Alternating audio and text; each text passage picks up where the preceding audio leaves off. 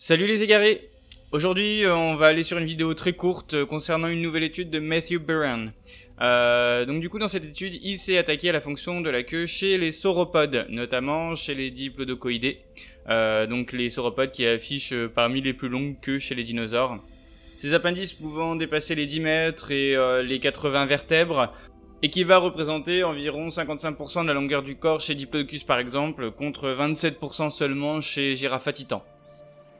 Par le passé, on a déjà tout dit concernant ces queues assez extravagantes. Système de balancier pour alimenter un contrepoids face à l'avant du corps prolongé par un long cou, armes défensives face aux prédateurs, moyens de communication par claquement, moyens de séduire les femelles, etc.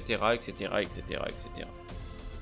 Selon l'étude de Beran, ce long appendice pouvait répondre à la nécessité d'organiser les hordes que formaient ces grands animaux, afin que l'animal en tête de cortège puisse s'assurer que les autres continuent à le suivre.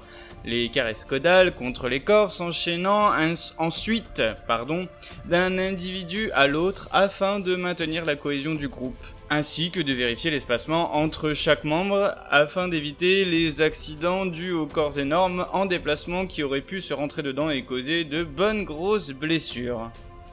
Et oui, car la dépense énergétique induite par le déplacement du cou afin de vérifier si tout le monde est en place aurait pu être contre-productive pour ces animaux pesant plusieurs dizaines de tonnes et se déplaçant déjà continuellement.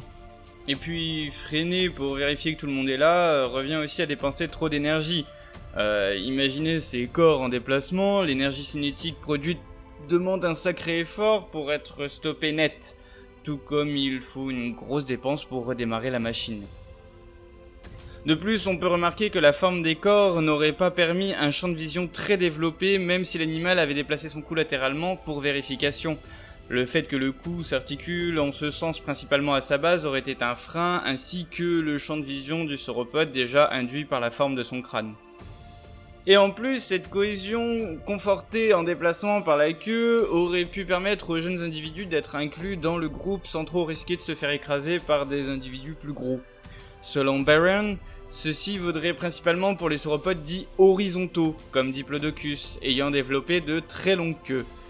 Mais alors, qu'en est-il des dinosaures ayant un port de tête plus haut, comme les brachiosaures ou les titanosaures ?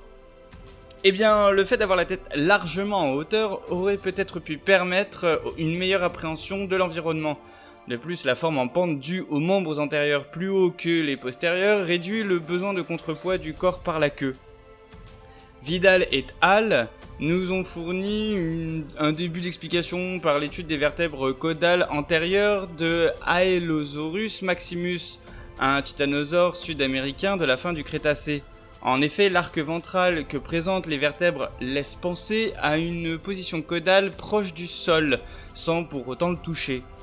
Mais le plus intéressant aurait été que cette forme permettait d'augmenter la torsion de cette partie de la queue durant la rotation du fémur lorsque l'animal marchait, induisant plus de force dans le mouvement, palliant peut-être à la réduction progressive du muscle caudofémoralis longus au cours de l'évolution de cette famille de sauropodes.